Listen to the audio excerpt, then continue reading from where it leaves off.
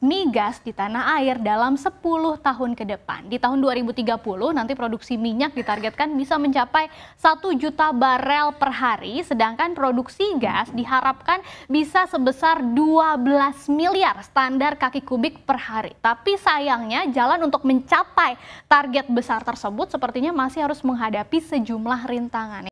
Mau tahu bisnis 5.0 yang ada hanya dua kata yang kita kenal, konspirasi dan mafia. Sebuah fakta adalah sudah 7 presiden di Indonesia, mafia pangan tidak hilang, mafia migas tidak hilang. Namanya hilang petralnya, tapi pelakunya mutan, ganti, tetap ada. Percaya nggak? Saya beri ilustrasi. Kalau Anda sebagai pengontrol minyak mentah di Timur Tengah, biasa jual ke broker Anda di Indonesia, katakanlah namanya Ria. Ria dikatakan oleh penguasa baru sebagai mafia migas dan bagian dari penguasa lama. Lalu Ria diganti orangnya atas nama negara. Katakan Anda sahabat yang terpilih, nama Anda katakanlah Abdul. Abdul datang ke pengontrol minyak mentah tadi lalu berkata, saya atas nama Indonesia mau beli minyak mentah Anda. Lalu si pengontrol minyak tadi tanya, siapa Anda? Anda jawab, saya utusan resmi pemerintah Indonesia. Dia tanya balik, Rianya mana? Oh, dia tidak dipakai, dia mafia minyak di Indonesia. Si pengontrol dalam hati berkata, lah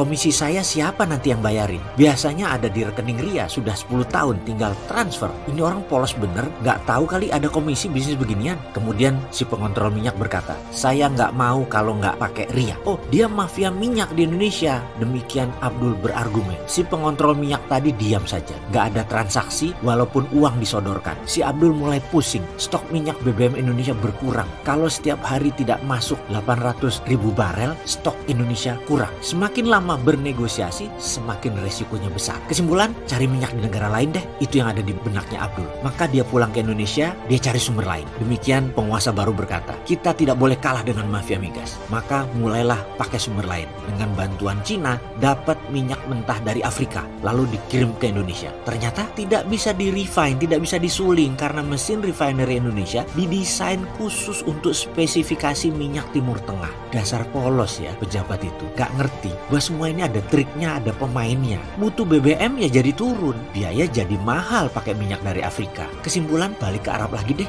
Tapi si pengontrol minyak maunya sama Ria. Jadi kesimpulan bagaimana? Ya sudah, bawa lagi Rianya. Dan akhirnya ya Ria jadi broker lagi, namun nama baru dan tidak pakai nama lama sama sekali. $4 fee, bisa kesana kemari sekarang. Dan Abdul mulai sadar, oh begini mainnya. Ria itu gak bisa dihilangkan toh ternyata. Konspirasi ini masuk dalam shadow business dan ini adalah bisnis 5.0 atau bisnis 5.0 yang mencengkram hampir di semua negara. Inilah yang ada dalam buku Joseph S. Nye yang mengisahkan secara gamblang dengan nama Sharp Power yang dibayangkan oleh banyak negara, atau dalam bahasa bukunya dia ditulis State Sponsor Conspiration, sebuah tindakan kemafiaan disponsori oleh korporasi besar multinasional yang di belakangnya adalah pejabat negara. Sayangnya tersering negaranya yang dimainkan oleh pejabat licik itu, yang pejabatnya memperkaya diri sendiri tadi, pandai ngumpet di balik nama baik pemimpinnya. Sekali lagi, inilah bisnis 5.0.